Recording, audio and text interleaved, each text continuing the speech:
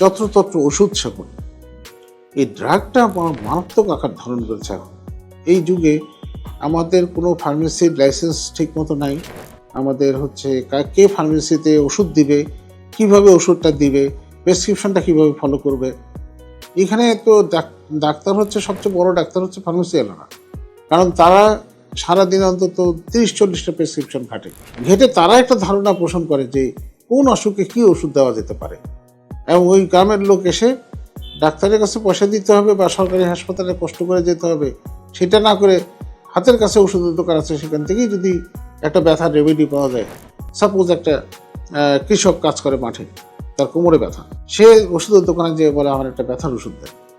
এই ব্যথাটা কেন হয়েছে, কোথায় হয়েছে, এগুলো যদি অনুসন্ধান না করে আমি ওষুধ দিই, তাহলে দিনের পর দিন সে আরাম বোধ করে বিধায় সেই ব্যথার ওষুধটা খেতে থাকে। এই ব্যথার ওষুধই কিন্তু কিডনি নষ্ট করার একটা কারণ। এরপর আছে অ্যান্টিবায়োটিক। সামান্য সর্দি জ্বর হলেই আমরা অ্যান্টিবায়োটিক ইউজ করি যথেচ্ছাভাবে। এটাকে অ্যাকচুয়ালি কী বলবো, এটা ম্যাল প্র্যাকটিস বলা যায় এটাকে। এটা ম্যাল ইউজ অফ অ্যান্টিবায়োটিক বা ওভার ইউজ অফ অ্যান্টিবায়োটিক। প্রয়োজন নাই তবু আমরা অ্যান্টিবায়োটিক দিচ্ছি। ভাইরাসে তো কোনো ওষুধ তো কাজ করে না, সেক্ষেত্রে অ্যান্টিবায়োটিকের কোনো রোলই নেই। এটা তো ভাইরাস। ব্যাকটেরিয়া হলে অ্যান্টিবায়োটিক কাজ করে, কিন্তু আমাদের মধ্যে এই সচেতনতা নাই।